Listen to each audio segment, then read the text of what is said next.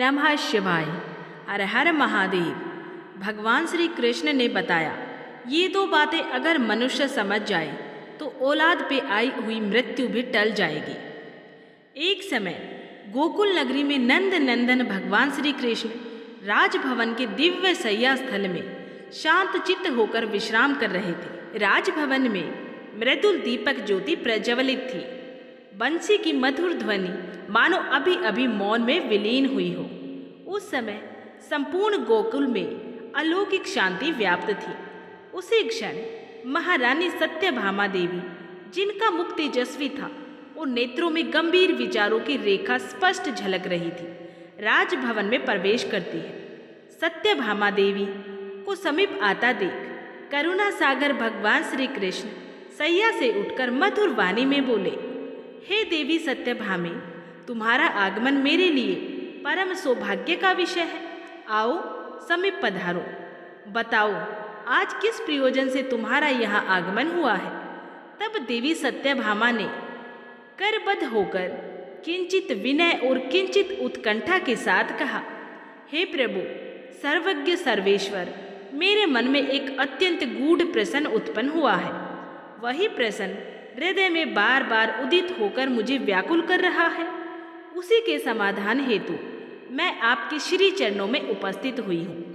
भगवान श्री कृष्ण मंद स्मिति के साथ बोले, हे देवी, तुम मेरी अर्धांगिनी हो, मेरे हृदय का ही अंश हो। तुम संकोच त्याग कर निसंकोच भाव से अपने मन का प्रश्न प्रकट करो। तुम्हारे प्रश्न का उत्तर मैं अवश्य दूंगा, क्योंकि जो जिज्ञासा सत्य से उत्पन्न होती है उसका समाधान धर्म ही करता है। तब देवी सत्यभामा ने गंभीर स्वर में कहा, हे प्रभु, ये बताइए कि वे कौन सी दो गूढ़ बातें हैं जिन्हें यदि मनुष्य भली भांति समझ ले, अपने जीवन में उतार ले, तो संतान पे आई हुई मृत्यु भी टल सकती है। क्या ऐसा संभव है कि विधि का लेख भी परिवर्तित हो जाए? ये सुनकर भगवान श्री कृष्ण कुछ क्षण मौन रहे। उनकी दृष्टि आकाश की ओर उठी, मानो वे काल, कर्म और विधि के रहस्य को एक साथ देख रहे हों।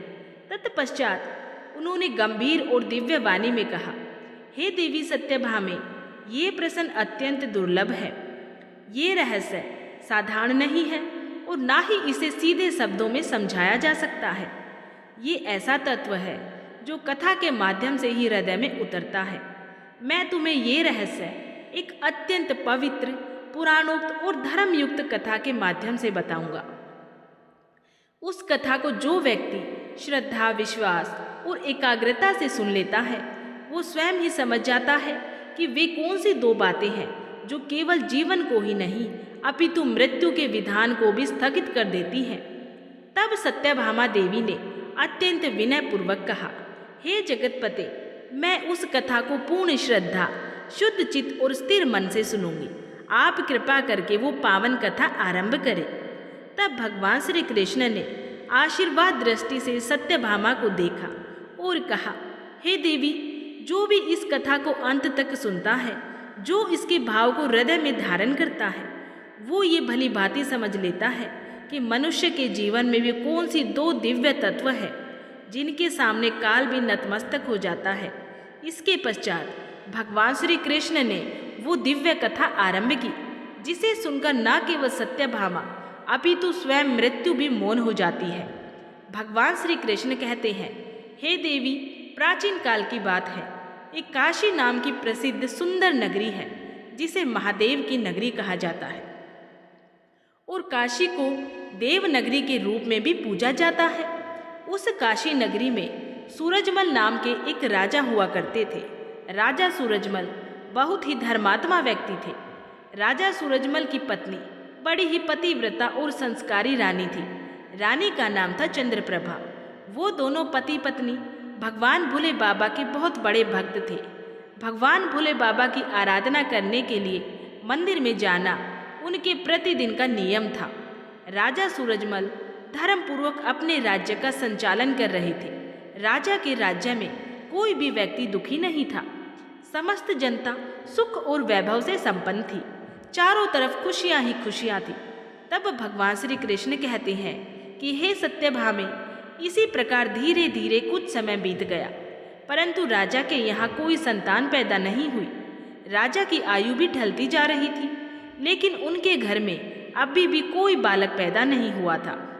एक दिन की बात है, सुबह सुबह महाराज अपने नगर की एक प्रसिद्ध गली से निकलकर जा रहे थे और उधर से एक झाड़ू वाली गली में झाड़ू लगा रही थी। जब वो स्त्री राजा को आते हुए देखती है तो वो स्त्री अपने स्थान पर मुंह फेर के खड़ी हो गई। उसका ऐसा व्यवहार देखकर राजा सूरजमल को अच्छा नहीं लगा।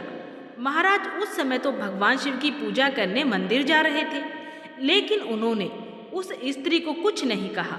लेकिन जब वो राज दरबार में आए तो उन्होंने अपने एक सैनिक को बुला के कहा कि तुम जाओ और उस झाड़ू लगाने वाली महिला को बुला के ले आओ, उससे मुझे कुछ बात करनी है। तब वो सैनिक उस झाड़ू लगाने वाले के घर जाता है, जिसने महाराज को देख के मुंह फेर लिया था। सैनिक ने उस महिला से कहा, तुम्हें राजा साहब ने दरबार में बुलवाया है।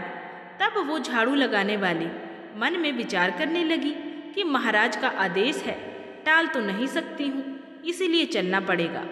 लेकिन पुत्रहीन राजा का मुंह देखना बहुत बुरा होगा। ये विचार करते हुए वो झाड़ू लगाने वाली उस सैनिक के साथ राजा के दरबार के लिए चल देती है। कुछ समय के बाद महाराज के दरबार में जाके वो खड़ी हो जाती है और राजा को प्रणाम करती है। महाराज कहने लगे, हे बहन, तुम मुझे एक बात बताओ। आज प्रातःकाल जब मैं भगवान शिव जी के मंदिर के लिए जा रहा था तो तुमने मुझे देखकर अपना मुंह क्यों फेर लिया था? तब वो महिला कहती है कि हे महाराज, आप भले ही मुझे मृत्यु दंड दे दो तो भी मुझे कोई ऐतराज नहीं है, परंतु मैं सत्य ही बोलूँगी। हे महाराज, आपके यहाँ दरबार में तो परम विद्वान और श्रेष्ठ महर्षि, राजपुरोहित सब विराजमान हैं। अगर मैं गलत बोलूं तो आप इनसे पूछ लीजिएगा। सुबह सुबह आपका कोई मुंह देख लेता है तो उसका पूरा दिन खराब हो जाता है, क्योंकि आप संतानहीन राजा हैं। इसीलिए मैंने आपको देखकर अपना मुंह फेर लिया था। राजा सूरजमल इस बात को सुनकर के बड़े अचंभित हुए और वो मन में विचार करने लगे कि ये स्त्री तो बिल्कुल सही कह रही है। यदि किसी नगर का राजा ही पुत्रहीन है तो वास्तव में ये अच्छा नहीं है। आगे भगवान श्री कृष्ण कहते हैं कि हे देवी सत्यभामा, राजा ने उस झाड़ू लगाने वाली को उसके घर भेज दिया और मन में विचार करने लगा कि अब तो मुझे भगवान शिव जी के मंदिर में जाकर एक पुत्र प्राप्ति यज्ञ करना चाहिए। ऐसा विचार करके राजा अपने महल में आए और अपनी महारानी से कहने लगे कि रानी, हमारे नगर के लोगों को हमारा मुंह देखने से बहुत तकलीफ होती है, क्योंकि हम संतानहीन हैं, हमारी कोई संतान नहीं है। चलिए भगवान शिव जी के दरबार में चलते हैं और भगवान भोलेनाथ से आराधना करेंगे कि वो हमें एक पुत्र प्रदान करें। भगवान श्री कृष्ण आगे कहते हैं, हे देवी, ये विचार करके राजा सूरजमल और रानी दोनों भगवान शिव जी के मंदिर में जाते हैं और वहाँ जाकर उन्होंने पुत्र प्राप्ति यज्ञ का आयोजन किया। अब राजा रानी के पुत्र प्राप्ति यज्ञ करने पे भी उन्हें संतान उत्पन्न नहीं होती है। राजा का पुत्र प्राप्ति यज्ञ भी निष्फल हो गया। इधर जो यज्ञ करने वाला पंडित था वो भी ये जानकर बड़ा चिंतित हुआ कि आज तक मैंने जितने भी यज्ञ करवाए, आज तक कोई भी यज्ञ निष्फल नहीं गया है। लगता है राजा का भाग्य ही खोटा है। राजा के भाग्य में भगवान ने कोई संतान लिखी ही नहीं है, इसीलिए तो पुत्र प्राप्ति यज्ञ निष्फल हो गया है। श्री कृष्ण भगवान कहते हैं, हे देवी सत्यभामा, राजा सूरजमल भी बड़ा धैर्यवान था। इस बात से राजा बिल्कुल भी विचलित नहीं हुआ। राजा बड़ा ही धैर्य धारण करने वाला था। उसने अपने मंत्री से कहा, मंत्री जी, आप मेरी अनुपस्थिति में मेरे राज्य का संचालन करो। मैं अब भगवान शिव जी की आराधना करूँगा। ऐसा निश्चय करके राजा भगवान शिव जी के मंदिर में बैठकर उनकी तपस्या करने लगता है। इस तरह से धीरे धीरे तपस्या करते हुए राजा को 1 साल गुजर जाता है। इधर भगवान शिव जी भी सोचने लगे कि मुझे अब इस भक्त के पास जाना चाहिए। कुछ समय बाद भगवान शिव जी नंदी पर सवार होकर के राजा के सामने प्रकट होते हैं और कहने लगते हैं कि हे राजन, मैं तुमसे अति प्रसन्न हूँ, वरदान मांगो। तुम मुझसे क्या वरदान चाहते हो? तब राजा ने कहा, हे प्रभु, आप तो अंतर्यामी हैं, सबके मन की बात जानते हैं। जैसे हंस बिना सागर सूना है, कोयल के बिना जैसे बाग सूना है, उसी प्रकार पुत्र बिना मेरा समस्त कुल सूना है। राजा की बात सुनकर भगवान शिव जी बोले, हे राजन, वैसे तो तुम्हारे भाग्य में 7 जन्मों तक कोई संतान नहीं है, परंतु तुमने मेरी आराधना की है, इसीलिए मैं तुम्हें एक पुत्र प्रदान करता हूँ। लेकिन ध्यान रखना, उस पुत्र की आयु मात्र 25 वर्ष होगी। 25 वर्ष तक वो तुम्हें पुत्र का सुख देकर पुनः अपने स्थान को लौट जाएगा। राजा ने सोचा, चलो 25 वर्ष की ही सही, लेकिन कम से कम संतानहीन होने का कलंक तो मिट जाएगा। तब राजा ने कहा, जो भी हो प्रभु, आप मुझे पुत्र प्रदान कर दीजिए। उसी समय भगवान भोले बाबा ने अपने एक गण को बुलाया और उससे कहा कि तुम जाओ, 25 साल के लिए इस राजा के पुत्र के रूप में जन्म ले लो। राजा मंदिर में से भगवान भोले बाबा का वरदान लेने के बाद वापस अपने महल में लौट जाता है और ये सूचना अपने राजपुरोहित और महारानी को सुनाता है कि भगवान भोले बाबा ने मुझे पुत्र प्राप्ति का वरदान दे दिया है। बहुत जल्द ही हमें पुत्र प्राप्त हो जाएगा। भगवान श्री कृष्ण आगे कहते हैं, हे देवी सत्यभामा, अब धीरे धीरे समय व्यतीत हुआ और भगवान भोले बाबा के वरदान के अनुसार रानी चंद्रप्रभा गर्भ धारण करती है। ये देखकर राजा के घर में खुशी की लहर दौड़ जाती है। राजा बहुत प्रसन्न होता है और समय के अनुसार भगवान भोले बाबा के उस महान गण ने राजा के पुत्र के रूप में जन्म ले लिया। ये देखकर राजा और रानी बड़े प्रसन्न हुए। संपूर्ण काशी नगर में उत्सव मनाया गया कि महाराज के यहाँ पुत्र का जन्म हुआ है। संपूर्ण नगर में खुशियाँ मनाई गई। ब्राह्मण ने उस पुत्र का नाम रुद्र प्रताप रखा। धीरे धीरे रुद्र प्रताप बड़ा होने लगा। राजकुमार रुद्र प्रताप अपने पिता की तरह ही बड़े ही धर्मात्मा और ईश्वर भक्त थे। राजा सूरजमल का पुत्र बड़ी तेजी से बड़ा होने लगा। धीरे धीरे समय गुजरता चला गया। इस बात से राजा बहुत प्रसन्न रहता था, क्योंकि उसके घर में एक पुत्र जो आ गया था। पुत्र के लाड प्यार और लालन पालन में राजा वो बात भी भूल जाता है कि इस पुत्र की आयु मात्र 25 वर्ष है। राजकुमार रुद्र प्रताप की आयु 15 वर्ष की होती है। तो उन्हीं दिनों की बात है, एक दूसरे नगर का राजा था शामदत्त। उसकी एक पुत्री थी जिसका नाम था वैदेही। वैदेही रूप में इंद्र की अप्सराओं की तरह लगती थी। वो एक परम सुंदरी कन्या थी। वो कन्या भी बड़ा दान धर्म किया करती थी। बचपन से ही उसे अपने माँ बाप द्वारा धर्म कर्म करने के संस्कार मिले थे। वो प्रत्येक जीव पर दया रखती थी। सवेरे उठकर सबसे पहले पक्षियों को दान चुगाया करती थी और अपने द्वार पर आए हुए किसी भी अतिथि और साधु संत को खाली हाथ नहीं लौटाती थी। वो हर भूखे को भोजन कराती थी। वो कन्या भी इधर धीरे धीरे बड़ी हो जाती है।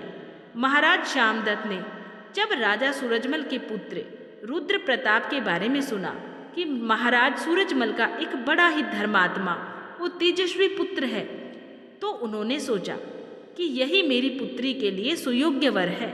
ऐसा विचार करके राजा शामदत्त ने अपनी कन्या का रिश्ता राजा सूरजमल के यहाँ भिजवा दिया। उधर राजा सूरजमल ने मन में विचार किया कि मेरे पुत्र की आयु मात्र 25 वर्ष है, मुझे इसका विवाह कर लेना चाहिए, और अगर इसके कोई पुत्र पैदा हो जाएगा तो मेरा भी वंश आगे बढ़ जाएगा। ऐसा सोच विचार करके राजा सूरजमल ने अपने राजकुमार का रिश्ता तय कर दिया और कुछ समय में ही राजकुमारी वैदेही का राजकुमार रुद्र प्रताप के साथ विवाह हो जाता है। राजकुमारी वैदेही बहुत ही पतिव्रता स्त्री थी। उसका एक नियम ये भी था कि वो भोजन तब तक नहीं करती थी जब तक किसी भूखे प्राणी को भोजन नहीं करा देती थी। धीरे धीरे समय गुजरता गया। भगवान श्री कृष्ण कहते हैं कि हे सत्यभामे, इधर राजा सूरजमल को लगने लगा कि उसके पुत्र की मृत्यु का दिन नज़दीक आ रहा है। उसकी 25 वर्ष की आयु पूरी होने वाली थी। राजा तो पहले से ही जानता था, क्योंकि भगवान भोले बाबा ने उसे सब कुछ बता दिया था कि आपके पुत्र की आयु मात्र 25 वर्ष की होगी। राजा ने ये बात किसी को भी नहीं बताई थी।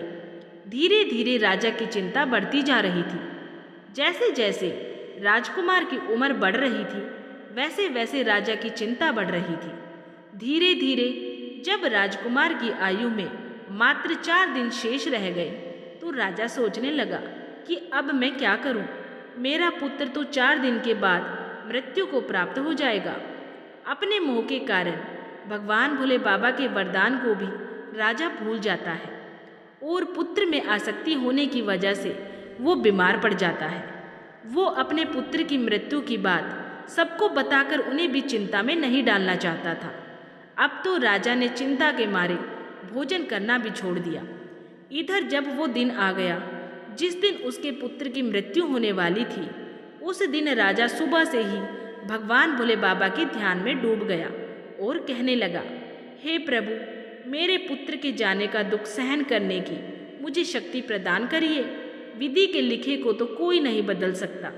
जो होना है वो तो होकर ही रहेगा।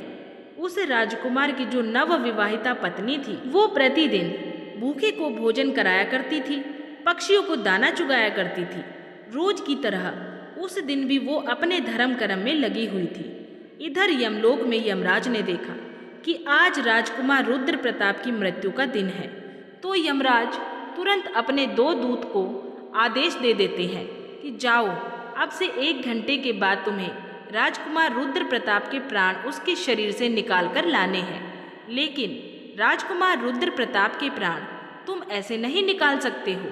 इसके लिए तुम्हें एक सर्प के पास जाना होगा और राजकुमार की मृत्यु के लिए उस सर्प को प्रोत्साहित करना होगा, क्योंकि उस राजकुमार की मृत्यु सर्प के डसने से ही होगी। कोई सर्प उसे डसेगा तभी हम उसके प्राण हर सकते हैं। यमराज ने अपने दोनों दूतों से कहा कि जाओ और शीघ्रता से अपना काम करो और 1 घंटे के अंदर ही उसके प्राणों को लेके आना। यमराज की आज्ञा पाते ही 2 यमदूत राजकुमार रुद्र प्रताप के प्राण लेने के लिए चले गए और उधर यमराज की माया से प्रेरित होकर एक सर्प मन में विचार करने लगा कि आज मुझे राजमहल में प्रवेश करना चाहिए और राजमहल में मुझे घूमकर देखना चाहिए। अब तो वो सर्प घूमते घूमते चला जा रहा था और राजा के राजमहल में प्रवेश कर गया। अब वो सर्प तो यमराज से प्रेरित था, इसीलिए घूमता हुआ वो राजकुमार के बेड पर पहुंच जाता है जहां राजकुमार सोता था। वहां जाकर राजकुमार के बिस्तर के पास बैठ जाता है। यमराज के दोनों दूत राजमहल के द्वार पर खड़े हो जाते हैं और समय पूरा होने का इंतजार करने लगते हैं और सोचते हैं कि 1 घंटे का समय जब खत्म होगा तब ये नाग उस राजकुमार को डसेगा, तब हम उसके प्राणों को लेकर यमलोक जाएंगे। इस प्रकार से यम के दूत विचार कर ही रहे होते हैं, तभी क्या होता है, किसी दूसरे एक गांव में एक गरीब व्यक्ति रहता था। उसकी एक पुत्री थी। उस पुत्री का विवाह उन्होंने समय पर कर दिया, परंतु उस पुत्री का जो पति था वो बहुत मदिरा पान करता था और जुआ खेलता, वैश्यागमन करना उसका काम था। इसीलिए वो उस गरीब दंपत्ति की पुत्री को हमेशा परेशान किया करता था, उसको मारता पीटता था, उसे घर से निकालना चाहता था। उस गरीब दंपत्ति की पुत्री वहाँ अपने पति के साथ कुछ समय तक रहती रही। उसके बाद वो गर्भ धारण करती है और एक दिन वो अपने पति की मारपीट से तंग आकर अपने पिता के घर चली आती है। उस लड़की का पिता बूढ़ा हो चुका था, इसलिए उसकी कुछ कमाई नहीं हो पाती थी। वो बेचारा तो भीख मांग के खाता था। भीख मांगता और अपना, अपनी पत्नी और पुत्री तीनों प्राणियों का पेट पालता था। इधर जब 9 महीने का समय पूरा हुआ तो उसकी पुत्री ने एक पुत्र को जन्म दिया और पुत्र को जन्म देने के बाद उसे बहुत तेज भूख लगी और भोजन की आवश्यकता पड़ी, क्योंकि जो प्रसव काल की भूख होती है वो बहुत तेज होती है। अब वो अपने पिता से भोजन मांगती है।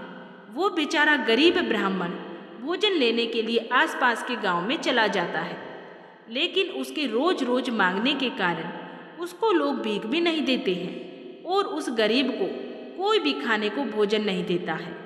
उधर उसकी लड़की की भूख उसे बहुत बेचैन करती जा रही थी, तो वो लड़की अपने पिता से कहने लगी, पिताजी, मैं भूख के मारे मरी जा रही हूँ। बिना भोजन के 3 दिन हो चुके हैं। तुम्हें कुछ भीख में मिला हो तो मुझे खाने को दे दो। नहीं तो मैं मेरे बच्चे को ही खा जाऊंगी। तब वो बूढ़ा आदमी कहता है कि नहीं पुत्री, तुम इस पुत्र को मत खाना। मैं आज कोशिश करता हूँ, मैं अभी भोजन मांगने के लिए कहीं जाता हूँ। अगर कहीं से कुछ मिल जाता है तो मैं तुम्हें लाकर दे दूंगा। आज मैं काशी नगर में जाऊंगा, वहाँ के जो राजा है उनके द्वार पर जाकर मैं उनसे कुछ मांगूंगा। यदि कुछ खाने को मिला तो मैं तुम्हें लाकर अवश्य दूंगा। ऐसा मन में विचार करके वो बूढ़ा पिता चल देता है। और इधर जो राजकुमार की धर्म पत्नी वैदेही थी, वो रोजाना गरीबों को भोजन करवाती थी। उस दिन महाराज तो बीमार पड़े थे, क्योंकि पुत्र मोह के कारण वो अपने कक्ष में पड़े हुए थे। इसीलिए आज उसने गरीबों को कोई भोजन तो नहीं कराया, परंतु उसने अपने पति के लिए जो भोजन बनाया था उसमें से कई प्रकार के व्यंजन और पकवानों से भोजन का थाल सजाकर उसने रख दिया था, ताकि जब उसके पति आएंगे तो वो उन्हें भोजन करा देगी। लेकिन इतने में वो बूढ़ा आदमी उसके द्वार पर पहुंच जाता है। इधर राजकुमार रुद्र प्रताप की पत्नी वैदेही को द्वार पर खड़ा हुआ दीनहीन आदमी दिखाई दे जाता है, और उस बूढ़े आदमी को देख करके उसे उस पर दया आ जाती है। बूढ़े आदमी ने जब वैदेही की तरफ देखा तो कहने लगा, हे बेटी, यदि मुझे इस समय कुछ भोजन मिल जाए तो तुम्हारा बड़ा एहसान होगा। रानी ने देखा कि ये कोई गरीब आदमी है और मुझसे भोजन मांग रहा है, लेकिन ये भोजन तो मैंने अपने पति के लिए बनाया है। अगर ये भोजन मैं इसे दे दूंगी तो मेरा पति क्या खाएगा? फिर उसने सोचा कि मेरे पति तो अभी आए भी नहीं हैं, वह अपने बीमार पिता के पास बैठे हुए हैं। तब तक मैं ये भोजन इस बेचारे गरीब व्यक्ति को दे देती हूँ।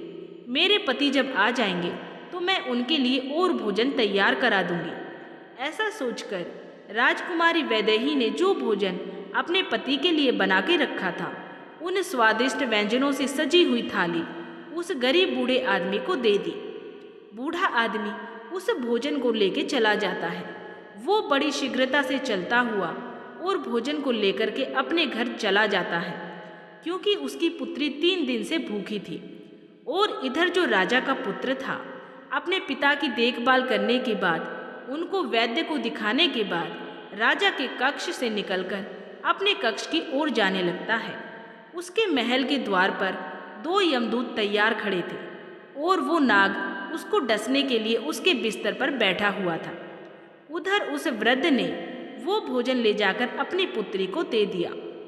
तब भगवान श्री कृष्ण कहते हैं, हे देवी सत्यभामा, आप ये याद रखें कि किसी भी विपत्ति को टालने के लिए आपको एक संकेत मात्र मिलता है, और यदि आप उस समय उस संकेत को पहचान गए, उस संकट को समझ गए, तो बड़ी से बड़ी विपत्ति भी टाली जा सकती है। राजकुमार ने अपने कक्ष में जाने के लिए जब सीढ़ियों पर पैर रखा तो उसे छींक आ गई। उधर उसका निर्धारित समय पूरा होने वाला था। यम के दूत बड़े उतावले हो रहे थे कि 1 घंटे का समय पूरा होने वाला है, उसमें कुछ ही क्षण शेष बचे थे। उधर वो नाग गुस्से में बैठा हुआ राजकुमार के आने का इंतजार कर रहा था कि वहाँ राजकुमार आएगा और उसे मैं डस लूँगा। उधर उस बूढ़े आदमी ने भोजन ले जाकर अपनी बेटी को दे दिया। लड़की ने जब भोजन खाया तो वो पूछने लगी, पिताजी, ये भोजन आपको किसने दिया है? लड़की के पिता ने कहा, पुत्री, ये भोजन यहाँ की महारानी ने दिया है। यहाँ के राजा की जो पुत्र वधू है, उसने मुझ पर दया करके ये स्वादिष्ट भोजन मुझे दे दिया। भोजन खाकर लड़की की आत्मा से दुआ निकलने लगी। वो भगवान से प्रार्थना करने लगी और कहने लगी, हे भगवान, जिसने भी ये भोजन दिया है उसका सुहाग अमर हो जाए और वो सदैव सौभाग्यवती बनकर रहे। जैसे ही उस भोजन का निवाला वो अपने मुंह के अंदर ले जाती है, उसी समय उसकी आत्मा से आशीर्वाद निकलता है कि उसका पति अमर हो जाए। भगवान श्री कृष्ण कहते हैं कि सच्ची आत्मा से निकला हुआ आशीर्वाद जरूर फलित होता है। अब इधर लड़की का आशीर्वाद भगवान के पास जाता है, देवों के देव महादेव के पास पहुंचता है, तो भगवान भोले बाबा का सिंहासन हिल गया। भगवान भोले बाबा सोचने लगे कि ये क्या हुआ, मेरा सिंहासन क्यों हिल रहा है। भगवान भोले बाबा मन में विचार करने लगे कि दुनिया में ऐसा क्या घटित होने वाला है। उन्होंने तुरंत नारद मुनि को बुलाया और नारद जी से कहा कि हे नारद, देख कर के आओ तीनों लोकों में क्या घटित होने वाला है। नारद ने जब पृथ्वी लोक पर जाकर देखा तो सब समझ में आ गया। उन्होंने जाकर के भगवान भोले बाबा से कहा कि हे प्रभु, एक विचित्र घटना घट रही है। राजा सूरजमल के पुत्र की मृत्यु का समय निकट है। यमदूत दरवाजे पे खड़े हैं। नाग उसके बिस्तर में फन फैलाए बैठा है। राजकुमार सीढ़ियों पर चढ़कर ऊपर जा रहे हैं। जैसे ही वो अपने बिस्तर पर जाकर बैठेगा, नाग उसे डस लेगा। और उधर वो उस बूढ़े आदमी की पुत्री है जो राजकुमार को आशीर्वाद दे रही है। उसकी आत्मा से आशीर्वाद निकल रहा है कि उसका सुहाग अमर हो जाए। हे भगवान, ये कैसा विचित्र संयोग है। एक तरफ मौत लेने को खड़ी है तो दूसरी तरफ आशीर्वाद उसकी लंबी उम्र की प्रार्थना कर रहा है। अब तो दान की शक्ति और मौत में टक्कर हो गई। नारद जी बोले, हे प्रभु, अब इसमें क्या होगा। भगवान भोले बाबा बोले, जो विधाता ने निश्चित कर दिया है वही होगा। देखते रहिए, सब अच्छा ही होगा। उसके बाद भगवान भोले बाबा वहाँ से अंतर्धान हो जाते हैं। उधर वहाँ राजकुमार सीढ़ियों पर चढ़कर अपने पलंग की ओर बढ़ रहा है। यम के दूत तैयार खड़े हुए हैं, देख रहे हैं कि अब हमारा काम बन गया। परंतु देखिए होने का सहयोग। राजकुमार अपने बिस्तर पर जाकर बैठता है। उधर दान की शक्ति बीच में आकर खड़ी हो गई, जिसके कारण नाग बेहोश हो गया।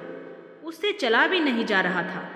उसमें आगे बढ़ने की शक्ति नहीं रही। नाग सोचने लगा कि मैं तो इस राजकुमार को डसने आया था, पर मुझ में तो अब चलने की भी शक्ति ना रही। ये सब क्या हो रहा है। ये सब उसी आशीर्वाद का प्रभाव था जो उस भूखी लड़की ने दिया था। भगवान श्री कृष्ण कहते हैं कि हे देवी सत्यभामे, जब श्राप लग जाता है तो आशीर्वाद भी लगता है। राजकुमार और नाग के बीच में आशीर्वाद आकर खड़ा हो गया। राजकुमारी का दान मृत्यु को आगे नहीं बढ़ने दे रहा था। यमदूत उस दान की शक्ति से कहने लगे कि तुम यहाँ से लौट जाओ, हमें हमारा काम करने दो। हम इसके प्राण लेने आए हैं और इसके प्राण लेकर ही जाएंगे। तो दान की शक्ति और उस लड़की का आशीर्वाद कहने लगा, कभी नहीं, ऐसा कभी नहीं होगा कि हमारे होते हुए तुम इसके प्राणों का हरण कर सको। दोनों में बहस आरंभ हो जाती है। वहाँ बहस आरंभ हुई तो उनमें युद्ध शुरू हो गया और दान की शक्ति ने उन यम के दूतों को आगे बढ़ने से रोक दिया। यम के दूत आगे नहीं बढ़ पाए और हारकर वापस यमलोक चले गए। दोनों ने जाकर के यमराज से कहा कि महाराज, ये कैसी विडंबना है। यमराज ने कहा, तुम लोग खाली कैसे आ गए हो। तुम्हें तो राजकुमार रुद्र प्रताप के प्राण लेने भेजा था। तभी यमदूत कहते हैं, हे स्वामी, उसके प्राणों को लाने में तो दो बड़ी बाधाएं बीच में खड़ी हैं। उनके आगे हमारा कोई जोर नहीं चल पाया। यमराज ने कहा, ऐसी कौन सी बाधाएं हैं जो मृत्यु के मार्ग में रोड़ा बन रही हैं। दोनों यमदूतों ने बताया कि हे स्वामी, एक तो दान की शक्ति है, दूसरी आशीर्वाद की शक्ति है। इतनी बात सुनकर यमराज बोले, हे दूतों, लगता है प्राण लाते लाते तुम लोग बूढ़े हो गए हो। मैं स्वयं जाकर देखता हूँ कि कौन सी बड़ी बाधा राजकुमार के प्राण लाने से रोकती है। फिर भगवान श्री कृष्ण कहते हैं कि हे देवी सत्यभामा, फिर यमराज धरती लोक पर स्वयं ही आ गए।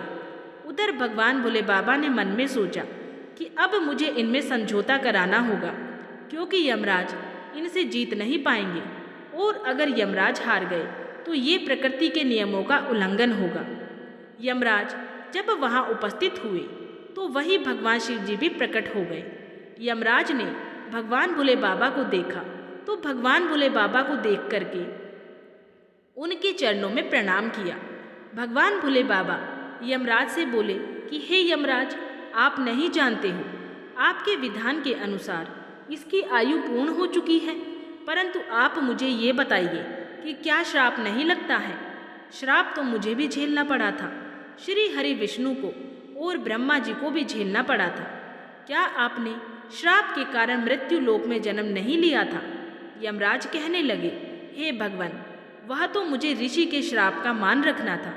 तो भगवान शिव जी बोले कि जब तुम एक श्राप का मान रख सकते हो तो उसी तरह से किसी की आत्मा से निकलने वाले आशीर्वाद का भी मान रख सकते हो, उसे आप कैसे निष्फल कर सकते हो?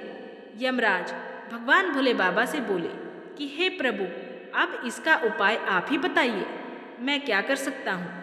तो भगवान भोले बाबा यमराज से बोले कि आप इस राजकुमार की आयु 110 वर्ष कर दीजिए और 110 वर्ष के बाद इसको आप ले जाना।